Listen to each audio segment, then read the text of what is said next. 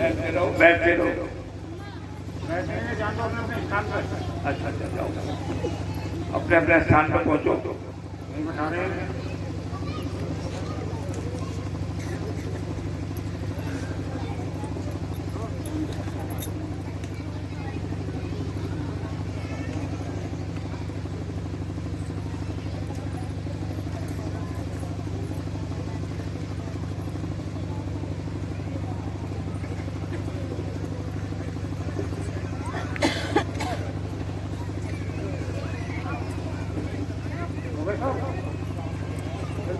भाई और जो कोई रह गए हो तो आ जाए तुरंत।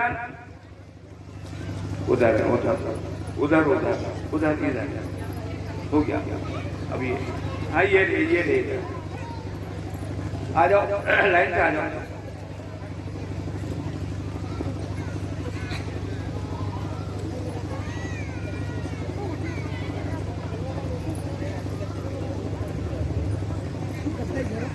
प्रिय भक्तों, शिष्यों, श्रद्धालुओं, जिज्ञासुओं, दूर दूर से आए भक्तगण, आज यशपाल सिंह जी ने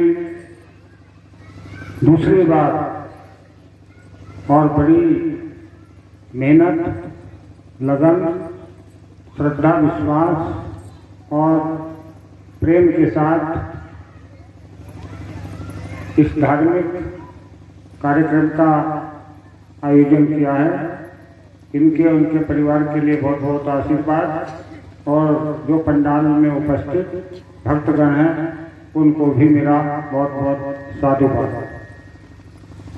10:30 बजे से ज्ञान की गंगा प्रवाहित हो रही थी। हमारे विद्वान भक्तगणों द्वारा बहुत ज्ञान परक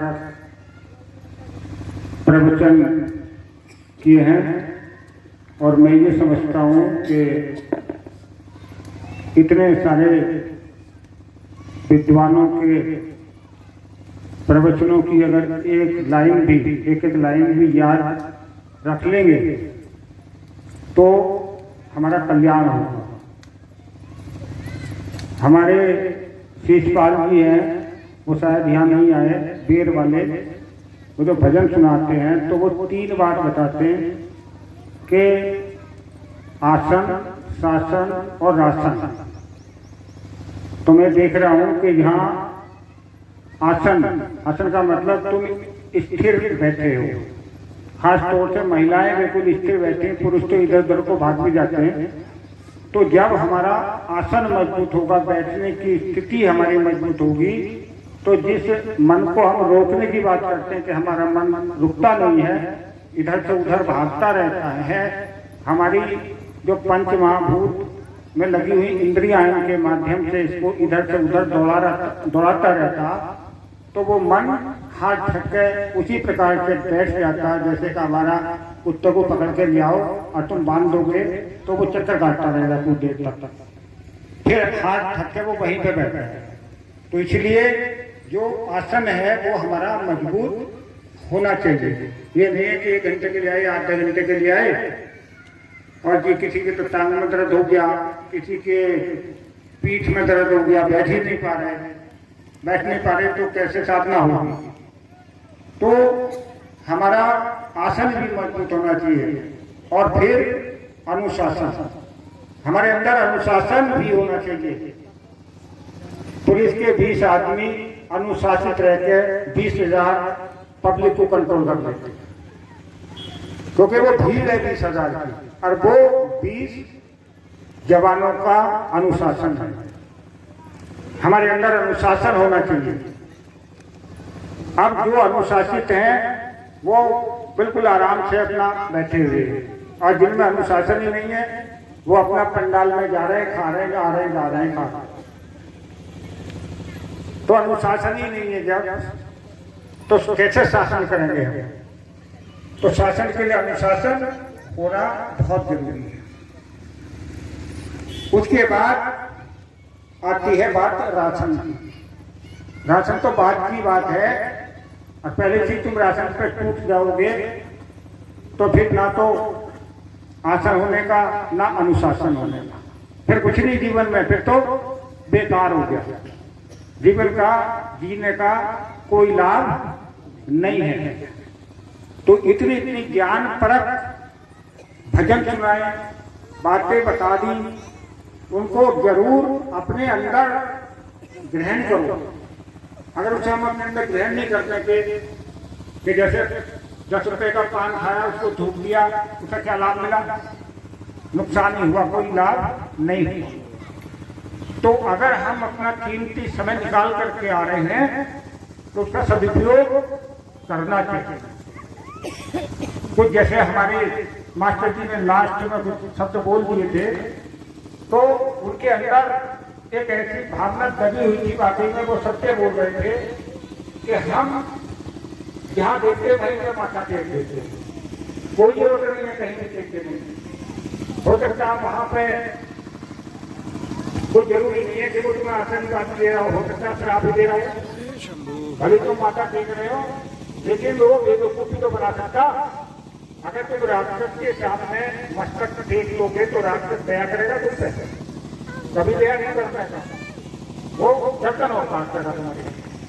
तो हमें ये भी देखना है कि कहाँ पे हमें अपने आप को झुकाना। जो नेक व्यक्ति कहीं से कहीं झुकाते घूम रहे हैं, तो कुछ नकारात्मक प्रवृत्ति वाले होंगे तो वो हमें आशीर्वाद नहीं देने के, वो हमें श्राप तो जरूरी देंगे।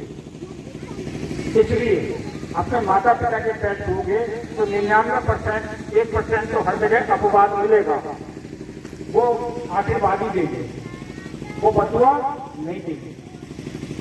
लेकिन अगर तुम 100% से ये अपेक्षा रखो कि जरूरी हमें आशीर्वाद देगा, कोई जरूरी नहीं। इसलिए माता पिता को सबसे पहले बताया गया कि उनका सम्मान करना चाहिए, उनका आशीर्वाद लेना चाहिए अगर वास्तव में वो हैं। उनमें भी दुष्ट है, ऐसी कोई बात नहीं है कि मैंने 99% किसी ने कहा कि एक अपवाद भी कहीं ना कहीं हो जाता है, 99% तो सही ही होते हैं। तो जैसे अभी अभी इन्होंने इनको खड़ा करा था हमारे मास्टर जी ने कि ये इन्होंने कल को समझाया, उनको दीक्षा दिलवा दी, तो ऐसे तो बहुत लेकर के आते हैं, प्रेरित करते हैं, प्रेरणा देते हैं। तो उस प्रेरणा देने से अगर किसी का कल्याण होता है तो समझो वो हमारा ही कल्याण है। उसकी जो अंतर आत्मा है, जो उसका अंतःकरण है, वो हमें अंदर से शुक्रिया अदा जरूर करेगा कि भाई भला व्यक्ति के समझाने से, इसके माध्यम से मेरा भी कल्याण होगा। दूसरा व्यक्ति ऐसी प्रेरणा देता कि उसका जीवन बर्बाद कर देते। हो सकता है शुरू में उसको बहुत अच्छा लगता हो, क्षणिक लाभ भी हो जाता हो, लेकिन दीर्घ काल में पता लगेगा कि वो तो बहुत ही हानिकारक था। तो उसके लिए हमें अपना विवेक का बहुत इस्तेमाल करना। ये नहीं कि किसी के बहकाने सिखाने में हम कहीं ना कहीं चले जाते और फिर आदमी उसी में जाकर के उसमें फंस जाता। मैं गांव में गया तो वे कहने लगे कि हमारे जो पिताजी दादाजी थे उन्होंने फला व्यक्ति को अपना रहबर माना। अब वो रहबर कौन सा था अभी इन्होंने बताई दिया, वो अप्रत्यक्ष रूप से वो वाले रहबर थे जो हमारे सनातन को तो मानते ही नहीं। मैंने कहा तुम्हारी चलो माता पिता ने ले रखा था तो उससे पहली पीढ़ियों ने क्या ले रखा था, उसे भी तो देखना चाहिए कि हमारा मूल कहाँ से है, जड़ हमारी कहाँ से है। हम पत्तों को पानी दे रहे, जड़ को पानी नहीं दे रहे। जब जड़ में पानी देना शुरू करेंगे तो पत्ते तो अपने आप ही हरे होने शुरू हो जाएंगे। तो प्रहार कहाँ करना, हमको जड़ में करना है। और जड़ी हम काट देंगे उसकी, या जड़ी रूप से कर देंगे तभी तो उसका विकास होगा या विध्वंस होगा। अब हम सब एक स्टैचू के रूप में हैं। एक स्टैचू है, एक दिन बिखर रही है। जो भी संरचना हम देख रहे हैं ब्रह्मांड के अंदर, वो संरचना बनी है तो बिगड़नी भी निश्चित है।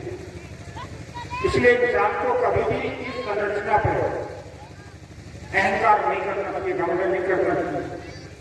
बहुत से ये सोचते हैं कि मैं बहुत बड़ा पदाधिकारी बन गया हूँ या मैं बहुत कमाया पति बन गया हूँ, उसके अंदर का इस बात का गुमान आ जाता, मैं आ जाती, घमंड आ जाती, तो समझो उसका बेड़ा गर्क है। ये भी हमारे प्रारब्ध कर्मों के हिसाब से सब हमें मिल रहा है।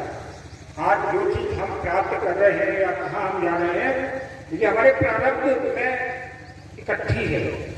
अब हम ऐसी जगह आ रहे हैं तो हमारे अंदर परिवर्तन भी निश्चित रूप से आना शुरू होगा। बहुत से लोग गलत जगह चले जाते हैं तो उनके प्रारब्ध में वो चीज बढ़ती चली जाती है, बढ़ती चली जाती है। हम जब सत्संग में आते हैं तो हमारी जो मूल प्रवृत्ति है, मूल प्रवृत्ति क्या है? करुणा, दया और प्रेम। हर कोई चाहता है कि करुणा होनी चाहिए, दया होनी चाहिए, प्रेम होनी चाहिए। अपने बच्चों के साथ सब दया, करुणा, प्रेम करते नहीं करते। इसका मतलब वो मौलिक चीज है। कोई भी चीज जब देख लो, अगर हिंसक से हिंसक जीव भी होगा, वो भी अपने बच्चों पर दया तो करता ही है, करुणा करता, प्रेम करता। बाद में कुछ साल के बाद भले ही वो विस्मृति में चला जाए इस चीज को, लेकिन शुरू में वो बहुत उस पर दया करता। अगर दया, करुणा, प्रेम न करता तो वो उसको कैसे सुरक्षा प्रदान करता? इंसान एक ऐसा कि वो मरते दम तक दया, करुणा, प्रेम में फंसा है। तो इसलिए कहा गया कि चलती चाकी देखकर रहा सभी का रोए, और दो पाटन के बीच में साबुत बचाना कोई, और जो किल्ली से चिपक गया उसका बाल लगाका हो। तो वो जो दो पाठ हैं, चक्की के पाठ कौन से हैं? वो राग और द्वेष है। हम राग द्वेष में पड़े रहे। उसने हमें नमस्ते कर लिए, हाथ जोड़ लिए तो बहुत अच्छा हो गया, उसने हमें कटाक्ष कर दिया तो बहुत बुरा हो गया। तो ये राग और द्वेष, इसी में हम उलझे रहे। जब हमारे अंदर भक्ति प्रकट होती है, भक्ति का मतलब वो किल्ली, जब हम उस किल्ली से लग जाते हैं तो जो कर्मों का चक्र है, वो कर्मों का चक्र से हम मुक्त हो जाते हैं, और जो निर्जरा है, कर्मों की निर्जरा, वो अपने आप ही होनी शुरू हो जाती है। वैसे तो सिद्धांत ये कि सामान्य स्थिति में कि हमें अपने कर्मों का फल भोगना पड़ता है, लेकिन विशेष परिस्थिति में हम कर्मों का फल नहीं भोगते। जैसे पानी है, ऊपर से नीचे की तरफ बहता, लेकिन विशेष परिस्थिति पैदा करके हम टंकी में ऊपर वाटर बॉक्स होता है उसमें ले जाते हैं, बल लगाते हैं, विपरीत दिशा में भी उसको ले जाता है। तो ऐसे ही उसकी जो स्वाभाविक स्थिति है, गति है, उसको हम भजन, बंदगी, सत्संग और प्रवचन के माध्यम से उसे रोक देते, उसे परिवर्तित कर देते। इसीलिए जो है सत्संग, प्रवचन, ध्यान, योग, सुमिरन का महत्व है। नहीं तो कोई जरूरत नहीं है। जैसे कल आप सुनने दो, तुम्हें कर्म का फल तो भोगना ही है। जब भोगना ही है तो फिर क्या जरूरत रहेगी भक्ति भजन करने की? भोगना है तो भोगना ही है, करना है तो करना ही है। खाओ पियो मौज लो, ऐसे सिद्धांत भी है दुनिया में। चारवां दर्शन यही कहता है कि खाओ पियो मौज लो, जिसे लूटना लूट लो, जिसे घी पीना पी लो, कि कुछ नहीं होता मरने के बाद। ऐसे सिद्धांत वाले भी लोग, ऐसे सिद्धांत वाले लोग भी हैं कि एक ही बार सारे जिंदे हो गए, कि उससे पहले जिंदे नहीं हो लगे, जब तक कयामत नहीं आने की। वो वाले भी हैं कि 13वें दिन तो है जन्म होगा। बहुत से कहते हैं कि नहीं, जन्म तो अगले दिन हो जाता। अलग अलग कितने मत हो गए, कितने विचारधारा ही हो गए। एक में मिर्जापुर सहारनपुर में पड़ता, वहाँ एक गाँव है जाटो वाला, वहाँ एक मंदिर है देव मंदिर। तो एक इंजीनियर थे, उन्होंने अपना एक नया सिद्धांत निकाला था।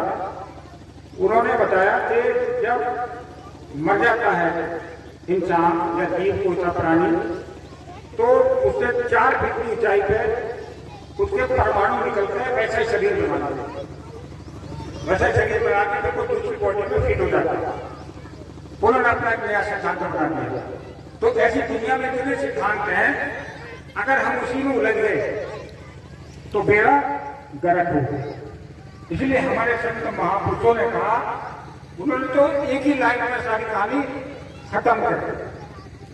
हमारे भगवान ने तो ये कह दिया कि तुम टोटल सरेंडर कर दो और अनकंडीशनल लव, दो चीज, ज्यादा करने की जरूरत ही नहीं है, कोई पूजा पाठ की जरूरत नहीं है, कोई हवन यज्ञ करने की जरूरत नहीं है, कुछ नहीं, केवल दो बिंदु हैं, इस पे उतर जाओ, काम खत्म।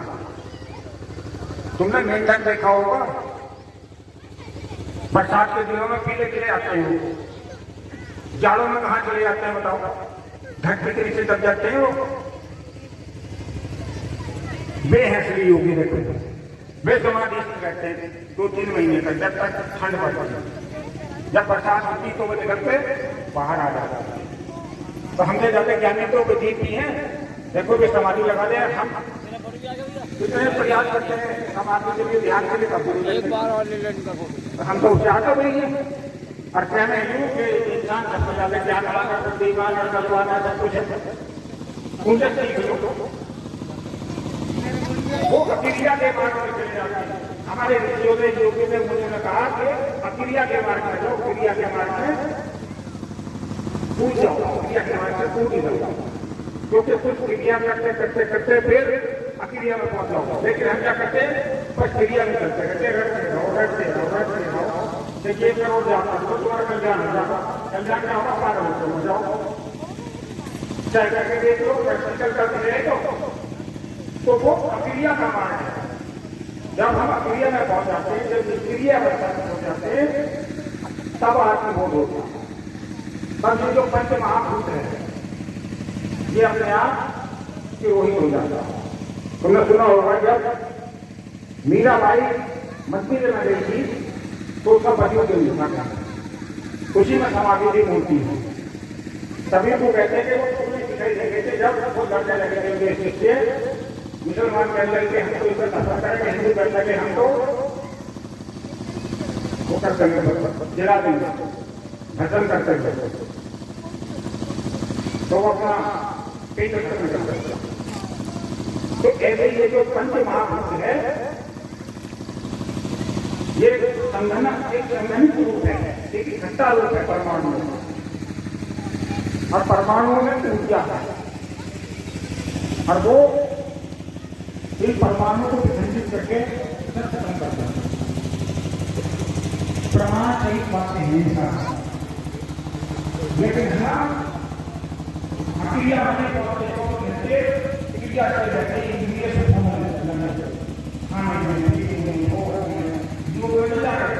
भोगों में प्रवृत्ति है।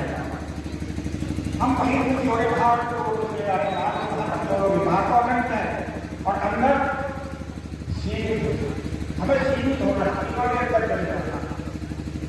जब हम अंदर चले गए, अंतर्मुखी हो गए, तब हमें अपना बोध होगा। और सबसे जो बड़ा आनंद है वो है, बाहर तो क्षणिक आनंद है, जो भोग है, भूख लगे खाना खा लिया, प्यास लगे पानी पी लिया, खाए लगे तो गुजार किया, तो ये क्षणिक सुख हमें मिल रहे हैं, स्थायी सुख नहीं। अगर तुम्हारे बहुत आ रहे हैं तो खुला होना चाहिए, तो कुछ देर के बाद अपना ऑटोमेटिकली खत्म हो जाता है। बॉडी के अंदर अपने आप में चीज को कंट्रोल करने की पावर है। अगर कोई बहुत बीमार है, बीमारी को हमारे अंदर से ठीक होगी, बाहर से हम हरी दवाई दे रहे हैं, दवाई की उसको एक्टिवेट करेगी तो उसे ठीक करने वाला सिस्टम है। तो हम इस सिस्टम को खराब खुद ही कर रहे हैं। कैसे कर रहे हैं? हम इतनी ज्यादा चिंता कर रहे हैं जिसका कोई मतलब ही नहीं है। बेमतलब में सोचते चले जा रहे हैं, सोचते चले जा रहे हैं। हम निर्विचार हो ही नहीं रहे, और विचार में ही विकार हो गया। जब विचार खत्म हो गए तो विकार भी अपने आप ही खत्म हो गए। तो विचारों से ही हमारे अंदर विकार हो रहे हैं। ये ही योग साधना, वो साधना नहीं है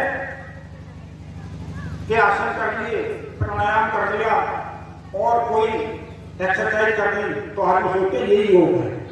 वो योग नहीं है, ये तो व्यायाम है। तो किसान गेहूं काटने से बड़ी कसरत क्या होगी? मतलब इतनी मेहनत करेगा जो आदमी, मशीन कुत्ती काट रहा होगा या दौड़ लगा रहा होगा, ये तो बहुत बड़ा व्यायाम है। तो हाथ पैर तोड़ने मोड़ने कोई योग नहीं है।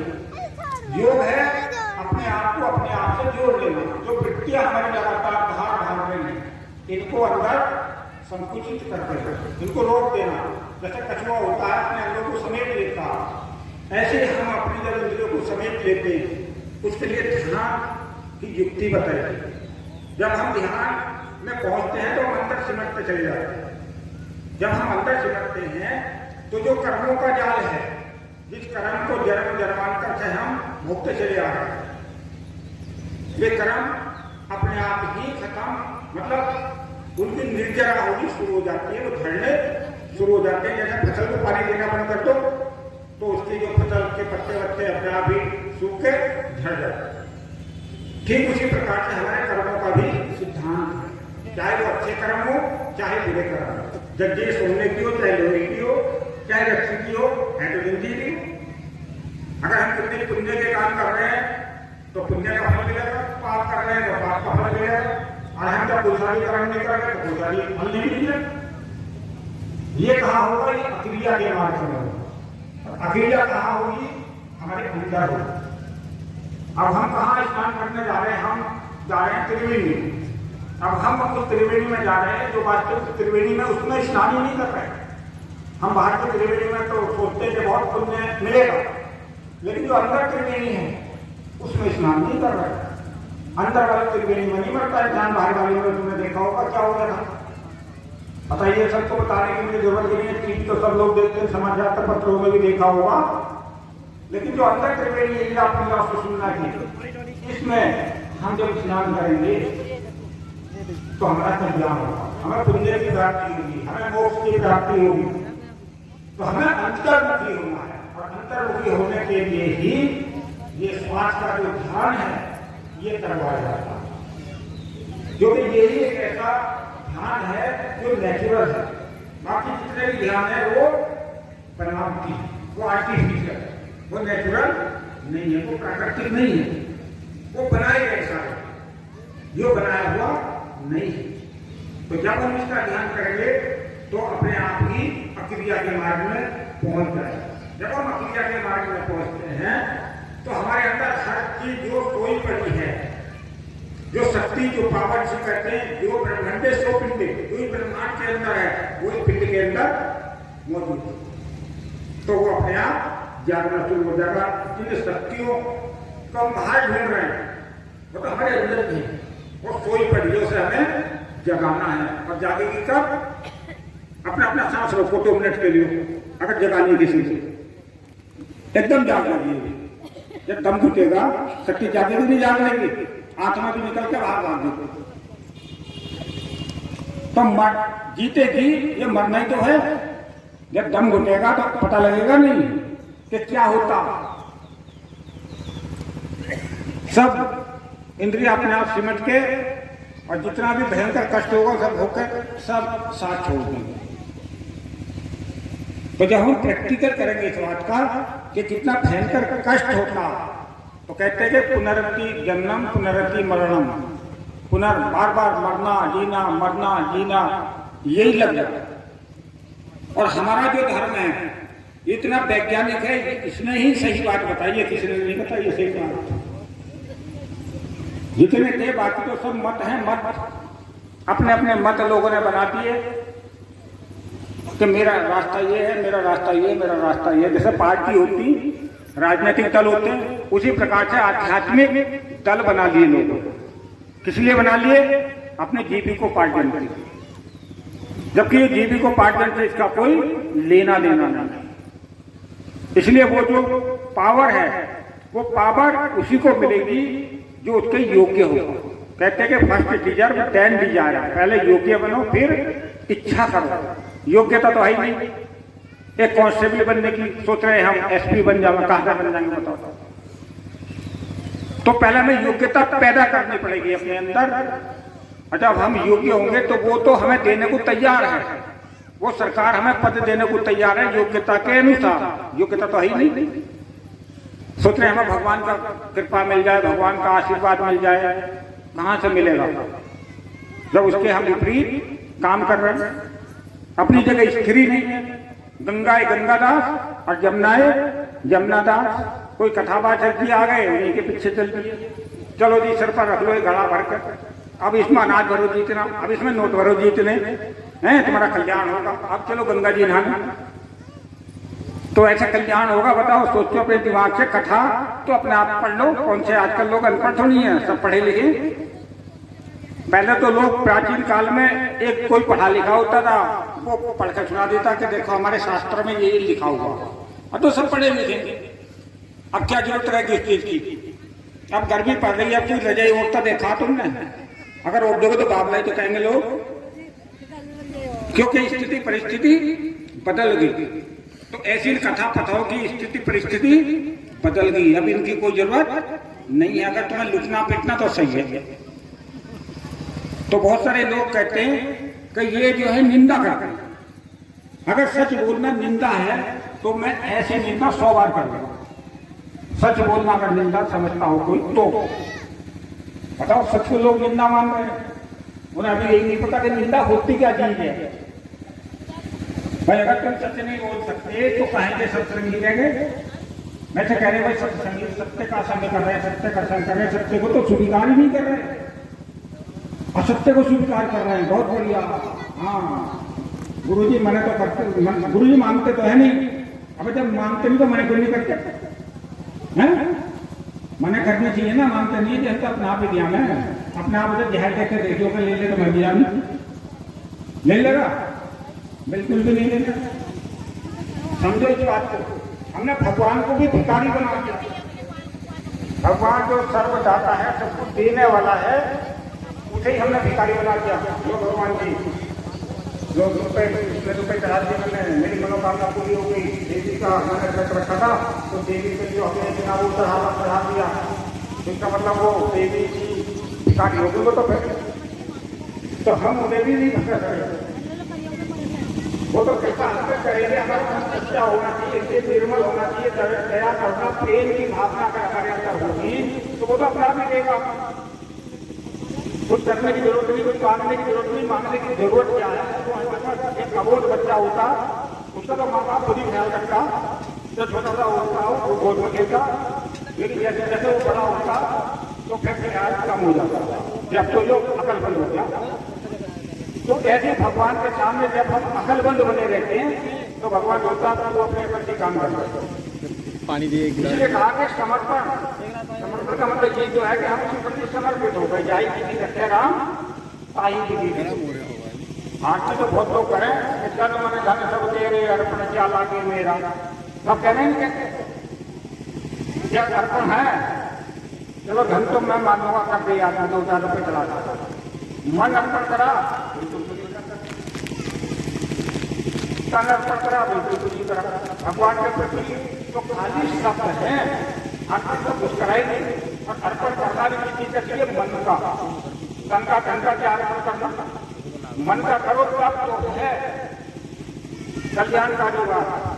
इसलिए हमारे यहाँ तन और धन की बात नहीं कही जाती, खाली मन की कही जाती है। मन देव मनुष्य राम कारण बंध मोक्ष, मन ही मनुष्य के बंधन और मुक्ति का कारण है। ये नहीं है कि हम पैसों से निवारण कर देंगे। भगवान को चढ़ाने में वो प्रसन्न होगा, भगवान बिल्कुल प्रसन्न नहीं होगा।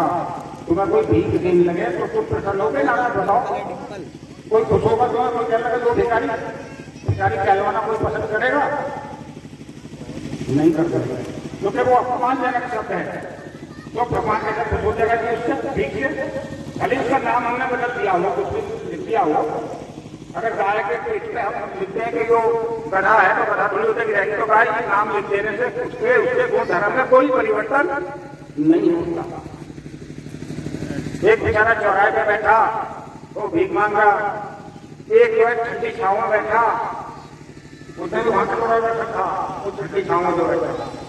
अब वो जो चौराहे में बैठा ना वो भिखारी धूप में, वो कह रहा कि हाँ जी मैं भिखारी हूँ। देखो जो इसी के अंदर जो बैठा वो भिखारी, वो नहीं कह रहा मैं भिखारी हूँ। देखो मुझे की बात, उसे तो हम 10-5 रुपए दें, उसे तो लाखों रुपए नहीं देते। उतना चालाक है वो वाला भिखारी अंदर वाला। हम उसे परमात्मा के रूप में प्रतिस्थापित कर सकता, परमात्मा के रूप में। तो ये विचारणीय प्रश्न है, हमें कहाँ लगाना चाहिए, कहाँ खर्च करना चाहिए। समाज की सेवा में करोगे तो पुण्य मिलेगा, वहां समाज की सेवा थोड़ी होगी।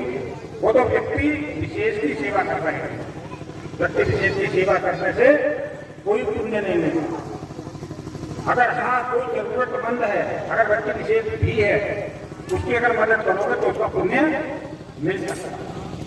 लेकिन हम कुछ जरूरतमंद की सेवा नहीं कर सकते। हम उस दिखावटी, ढोंगी, पाखंडी, पाचार की सेवा में अपना सब कुछ समर्पित कर देंगे। एक हफ्ते तक पड़े रहेंगे, कई व्यक्ति 3 घंटे तक पड़े रहते ही नहीं। और तुम देखते होंगे जब भीड़ बढ़ती है, ट्रैफिक बढ़ता तो कितने लोग लगते हैं, उनकी लीला भी समाप्त हो जाती है, जीवन लीला भी। तो बताओ, जहाँ भगवान की चर्चा चल रही हो तो वहां पास भगवान का होना चाहिए, शैतान का होना चाहिए? तो वहां तो शैतान का दिखाई दिया था, दिया नहीं दिया? बताओ भाई, भगवान के यहाँ तो सब मन्नत मांगने जाते हैं, भगवान मेरे बच्चे की उम्र बड़ी हो जा, कष्ट के लिए सब दूर हो जा। और वे छोटे छोटे बच्चे भी कुछ भीड़ में पिस रहे हैं, पता ही नहीं बेचारों का, बड़े बुद्धों का पता ही नहीं। तो ये विचार के प्रश्न है कि बुद्धि विवेक का विचार करना चाहिए और अपनी जगह स्थिर होना चाहिए। राक्षस अपनी जगह कितने स्थिर होते हैं कि शंकर भगवान से वरदान दिया भस्मासुर ने, और शंकर भगवान की भजन करने लगा था नहीं। लेकिन राक्षस देखो कितना मजबूत था, उन्हें वरदान भी ले लिया और राक्षसों ने देवताओं को देवलोक से भगा दिया। तो राक्षस भी नहीं मजबूत, विषय है तो राक्षस ही है। इन देवताओं में वे अपनी जगह स्थिर है, इसलिए मजबूत है। हम स्थिर नहीं है। हमारी तो वही कहानी है कि अभी एक आदमी उधर से फूंक मार के उस उत्तर को चले गए, जैसे हमारी उधर को चले गए।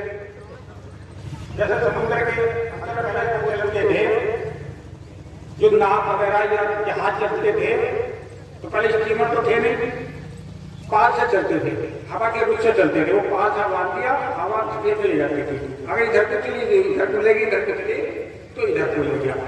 वही कहानी आज हमारी है। हम कितने थे पता तुम्हें पहले कि कितने इस्लामिक कंट्रीज हैं, वो सब सुनी तो थे। और आज कहाँ है? कहीं भी नहीं, क्योंकि हम स्थिर नहीं है। जबकि हमारे धर्म ग्रंथों में भी लिखा कि स्थिर प्रज्ञा बनो, यज्ञ करो, यज्ञ कौन सा करो। हम बाहर के यज्ञों में लगे, लोगों की इकट्ठा करना, उनसे चढ़ावा खाना, हम बाहर के यज्ञों में लगे, अंदर के यज्ञ को भूल ही गए। उन्होंने कहा था अपने प्राण और प्राण को अपान में मिलाना, ये यज्ञ है। वो बाहर वाला यज्ञ कर रहे हैं, अंदर जो पूजा करके रह रहे हैं।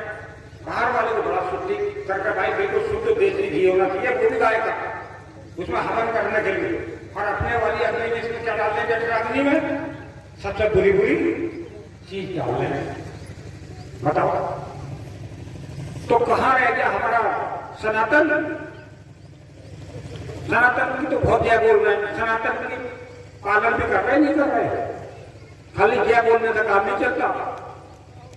भगवान की जय बोल रहे हैं, भगवान की तो जय है ही, भगवान की क्या जय बोलती? तो जो उसके मूल सिद्धांत हैं उस पर कड़ाई से जब हम चलेंगे, एक व्यक्ति तो ऐसा कि वो 5 बार 6 बार 7 बार पूजा कर लेता नियम से, हमारा कोई नियम ही नहीं। हमारे तो बेचारे मुनि भी चले जाएंगे क्योंकि आज टाइम नहीं है, कल दोबारा पता नहीं मुनि क्या लेके चला जाएगा। उसने बेचारे ने समर्पण कर रखा है समाज के लिए, वो उपदेशी तो करने आ रहा, कोई बुरा करना आ रहा हो तो बिल्कुल में बैठा। तो अपना कोई नियम तो होना चाहिए, हफ्ते का 15 दिन का। पहले भी जब हल चलते थे तो किसानों का भी नियम होता था, अमावस्या के दिन हल नहीं चला रहा था, क्या चलाते थे बताओ? उनका भी नियम था भाई एक दिन का रेस्ट मिलना चाहिए। तो ऐसे ही जो हमारी वृत्तियां लगातार बाहर दौड़ रही है, भाग रही है, इनको भी तो रेस्ट मिलना चाहिए। इनको रेस्ट के लिए ही साप्ताहिक सत्संग के आयोजन की युक्ति बनाई गई, विधि बनाई गई। हम उसका भी पालन नहीं कर रहे। जब हमारा कोई नियम ही नहीं है तो फिर काम कैसे चलेगा? कम से कम हफ्ते में साप्ताहिक सत्संग तो अवश्य करना चाहिए। उसके लिए भी टाइम नहीं है। अस्पताल में भर्ती होने के लिए तो टाइम नहीं जाता, पैसे भी मिल जाते, हर चीज मिल जाती, लेकिन सत्संग के लिए फुर्सत नहीं है। जबकि हमारे ऋषि मुनियों ने ये व्रत वगैरह इसीलिए बनाए थे ताकि ये अपना कोई भजन कीर्तन इकट्ठे होकर मंदिर में जाकर कर ले। उसमें भी अगर कोई ज्यादा जाना शुरू कर देता, उसको भगत जी के नाम से संबोधित करके अपमानित करना शुरू कर देते, तो ये बन गए भगत जी।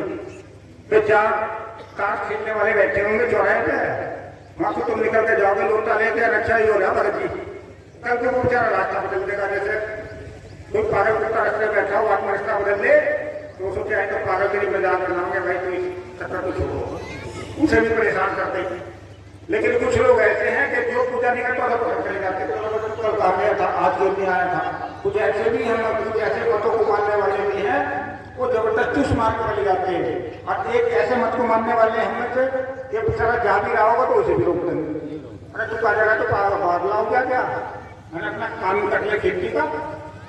खेती का काम औरों का नहीं होता है, नहीं चाहिए अटक गया खेती का काम है। अब करना शुरू किया तो कर लो आराम से। जिस लोग तो खेत सूख गए थे गन्ने के, कितना हरे कर लिए नहीं बताइए, कर लेते हो सर। पता ही मेहनत करी थी, उतना खाद डाला था, पानी भी दिया था। समझो इस बात को भाई, जो वो देवेगा, जो प्रकृति हमें देगी, हम प्रकृति के अनुसार नहीं चल रहे, हम तो प्रकृति का उल्लंघन कर रहे हैं। नहीं तो तुमने ऐसे ऐसे भक्तों की भी कथाएं कहानी सुनी होगी, धन्ना भगत जैसों की, जब वो ऐसे डाल देता खेतों में इतनी बढ़िया फसल हो गई थी उसकी। क्यों हो गई थी? उसके अंदर वो एक एनर्जी थी, एक ऊर्जा थी। जब खेती ऊर्जा ही निकल गई तो फसल तो सूख गई। जब शरीर की ऊर्जा निकल जाए तो सूख जा नहीं, शरीर भी सूख जाता। ऐसी वो खेत की ऊर्जा निकल गई, इसलिए फसल भी हमारी सूख रही है। कितने बीज बदल लियो, आपका नया बीज डालना होगा, फिर बदल लेंगे, फिर उसका सही होगा। जब उसको एनर्जी नहीं है उस खेत के अंदर, पहले तो भगवान भी जोते करेंगे तो पावर आ जाती, खेत में नहीं एनर्जी आ जाती थी। अब एनर्जी तो है ही नहीं, एक के बाद दूसरी, दूसरी के बाद तीसरी के बाद चौथी से होती नहीं लेन देंगे। तो ये बात समझने की है। तो ये जो पंच महाभूत है, जो कुछ दिनों के लिए हमें मिला है, ये मिट्टी का पुतला कहाँ मिलेगा? मिट्टी में मिलना है। तो अपनी अगर मनोकामना पूरी करनी है तो उसमें हमें बिल्कुल डूबना पड़ेगा। जैसे वो डॉक्टर साहब कह रहे थे, डॉक्टर भुदेव सिंह, कि ये बताओ तुम में से कितने लोगों को पागल कहा जाता? वो पूछ रहे थे। तो एक दो ने कहा था, मैं यहाँ कहने दो पागल कि तुम हो सच्चे भगत।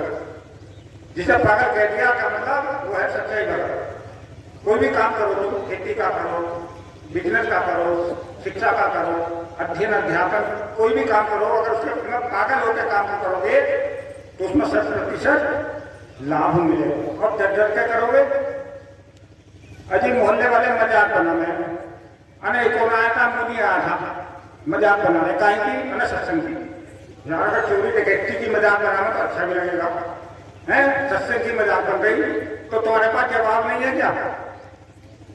भाई जवाब भी तो दे सकते हैं ना, जवाब भी बस सुन लिया क्योंकि कहोगे जवाब दो ना, ठीक है आप गलत काम कर रहे हो तो अच्छी बात है, चुप हो जाओ।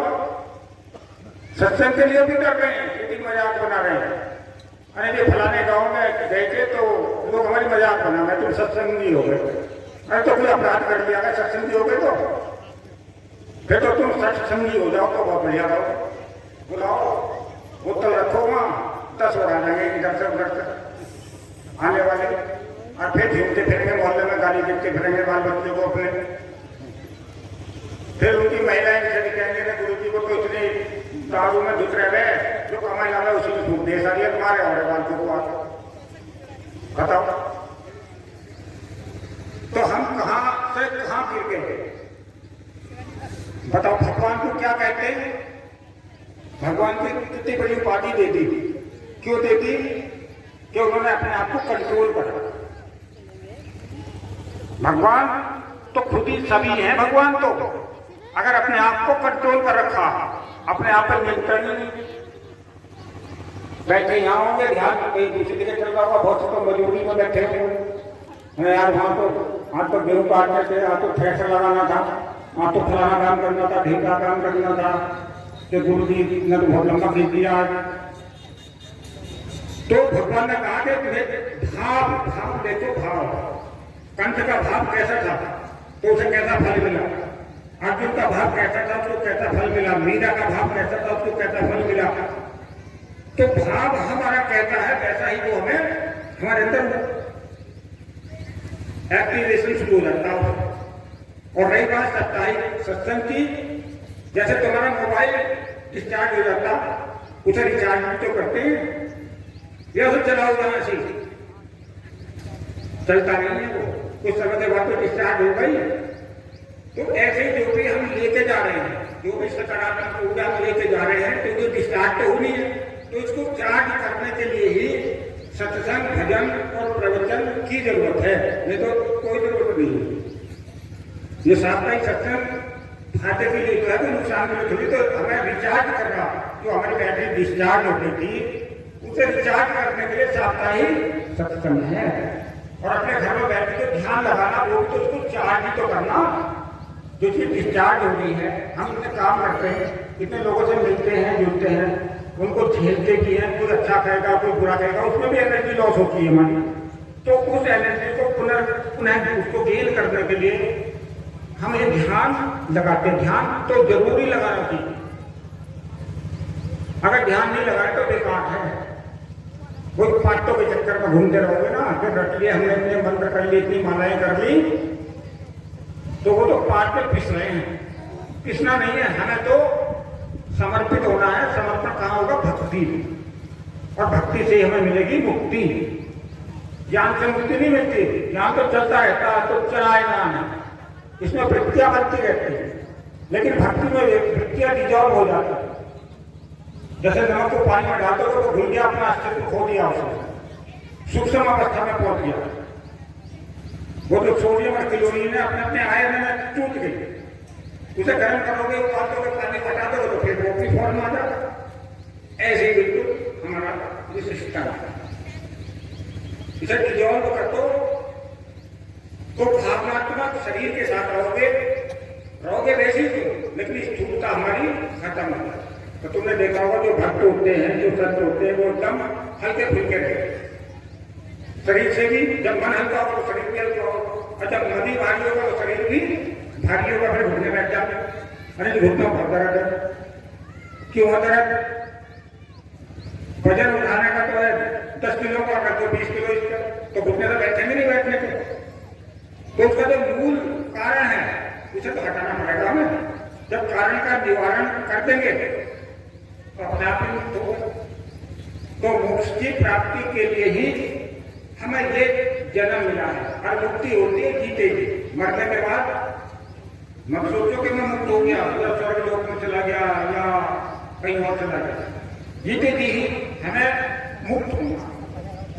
जब ये रात देश से रहित होगे तो मुक्त होगा, जब रात देश में फटे पड़े रहते तो पिछी रहे, और अंत समय आ जाएगा। और फिर कैसे होगा? कहते हैं जब प्राण नहीं निकलते तो फिर कौन सा पाठ होता? तो गीता का पाठ बताओगे। अब इसे मारो, ऐसे बोल दिया हमें कि गुरु जी मेरी माँ जो है बहुत बीमार चल रही है, कोई ऐसी युक्ति बताओ से जल्दी मर जाता, क्योंकि सेवा करते करते बहुत थक लिए, फिर थक जामे रात में, क्योंकि उसके अंदर खाने की शुद्ध है, ना पीने की शुद्ध है, ना लैट्रिन पेशाब करने की, तो आदमी परेशान हो जाए। फिर तो कोई कहे भगवान इसे उठा वो तो उसे तो शुद्ध है नहीं, वो तो बेशुद्ध है। तो ऐसी स्थिति भी आती है। लेकिन आजकल तो जब से कोरोना चला ऐसी स्थिति कम आ रही है। 20-20 साल को अटैक आ रहे हैं, धपते नीचे उड़ जाए, आज हो जाम हो, डॉक्टर तक भी नहीं जा पा रहे, ऐसा अटैक आ रहा, साइलेंट अटैक, सोए मरे हुए। तो देखो जीवन कैसा है, जीवन का कोई भरोसा नहीं है। कभी ये सोच रहे हो कि ये भी निर्णय करेंगे, भी विचार करेंगे, बहुत से विचार कहते विचार करेंगे, अभी मतलब भक्ति करने के लिए विचार करेंगे कि तेरे मूर्ख लोग हैं, हम विचार करना पड़ेगा। मैंने कहा भाई कुछ तो तत्काल निर्णय लेने पड़ते हैं। हम कल परसों वहां पे नौगावा में तो हनुमान जी से कैसे बहस कर लगा जान के लिए। मैंने कहा भाई कुछ तत्काल निर्णय लेने पड़ते हैं। तो बोला इमरजेंसी लग रही है क्या कोई? मैंने कहा हर कदम पे इमरजेंसी है, हर कदम पे। एक भी कदम रखेगा इमरजेंट है वो भी, सोच की तो रख रहे हैं वैसे, उसको क्यों ना रख रहे बिजली के तार पे। तो हर कदम हमारा इमरजेंसी का। तो बहुत बात तो बहुत है समझाने की, लेकिन इतनी ज्यादा खाने से कब्ज हो जाता है। तो कम से कम थोड़ा उसका सार तो अपने पास रख ले और साप्ताहिक सत्संग जरूर करो। और हमारे अगर ये मुनि जा रहे हैं ना, तो ये गुरु जी के प्रतिनिधि समझो इन्हें। जैसा मुख्यमंत्री का प्रतिनिधि होता वो तो सब जगह नहीं जा सकता, प्रधानमंत्री भी नहीं जा सकता, तो ऐसे गुरु जी भी सब जगह नहीं जा सकता। तो उनके प्रतिनिधि तो आ सकते हैं। अभी 15 तारीख को एक प्रोग्राम है वहां, लेकिन मुझे बुलाते, मैंने कहा मेरा प्रतिनिधि आएगा। कम से कम उनको उन्हें तो समझना चाहिए, जिन्होंने त्याग कर रखा, विचारों में अपने जीवन अर्पण कर रखा, तो उन्हें प्रतिनिधि बना के भेजूंगा मैं। तो उन प्रतिनिधियों का भी वैसी सम्मान होना चाहिए जैसे गुरु जी का कर रहे, समझ रहे हो। लेकिन गुरु जी आ जाएंगे तो सब पीछे पीछे चल देंगे। अब मुनि जी आ जाएंगे, अरे मुनि जी अभी जरा चाह रहे हैं, एक जगह मुनि हमारा बैठा रहे 10 घंटे, आपको घर वाली आई नहीं 20 घंटे लोग, पता नहीं कहाँ चली गई। उन्हें वो इंतजार करते ही पड़ोस में जाके कब मुनि जी जाओगे तब मैं अपने घर आऊंगी। बताओ ऐसे ऐसे भी है, हैं? तो ऐसे काम मत करे करो। अगर मुनि जी आ रहे हैं तो भाई बताओ, आप है पानी पी की मूल नहीं लानी, पानी तो पिला सको, बैठाओ, कम से कम थोड़ा सम्मान तो कर लो उसे। अगर गुड़ नहीं खिला सकते तो गुड़ जैसी बात तो कर लो। जो आदमी की दूर से चल कर आया बेचारा है, उसका थोड़ा बहुत सम्मान तो करना चाहिए, नहीं करना चाहिए। अतिथि देवो भव, अतिथि को तो देवता के समान माना गया। तो उसके दिल से क्या निकलेगा तुम्हारे लिए, सोचो दिमाग से, आशीर्वाद निकलेगा या और कुछ निकलेगा? तो ये तो खुद ही समझने की बात है। तो साप्ताहिक सत्संग हर गांव में होना जरूरी है। सोमवार का व्रत हफ्ते में एक ही बार तो आता, रोज तो आता नहीं। तो सप्ताह में कीर्तन के गणेश मंदिरों का हमने देखा, बहुत से उसका सुंदरकांड के पाठ करते घूमे, बहुत से गणेश नहीं करते। क्यों करें बताओ? इसलिए करते हैं, भगवान से बोल लेना देना नहीं है। भगवान को तो आजकल उसमें बंद करके रखा था, कंडी में, पिंजरे में बंद करके रखा था। तुमने देखा तो लड्डू गोपाल जी बेचारे को, कहीं से हवा न लग जा, कहीं गिर न जाए, कहीं से ठंड न लग जा, कहीं मच्छर न खा ले, मच्छर का तेल लगा दो। अगर रात पर हमें तो मच्छर ने खा लिया, बताओ, पत्थरों में मच्छर खा रहे। दीगर बहुत बहुत धन्यवाद। और 18 तारीख का प्रोग्राम कहाँ है? कासनपुर में है, मुरली वाले के पास। तो बहुत सादर आमंत्रित है। अभी 18 तारीख है, 2-4 दिन बाद। हाँ, कहाँ कौन सा मंडप है? कापिया मंडप में रहेगा प्रोग्राम। चलो बहुत बहुत धन्यवाद सबका, अपनी बात को ध्यान से सुना। हाँ, एक बात और है, जो बीमार कुछ भी परेशान है, मुनि जी के तो ये मुनि जी यहाँ बैठेंगे, देखो परामर्श मुनि है ना, तो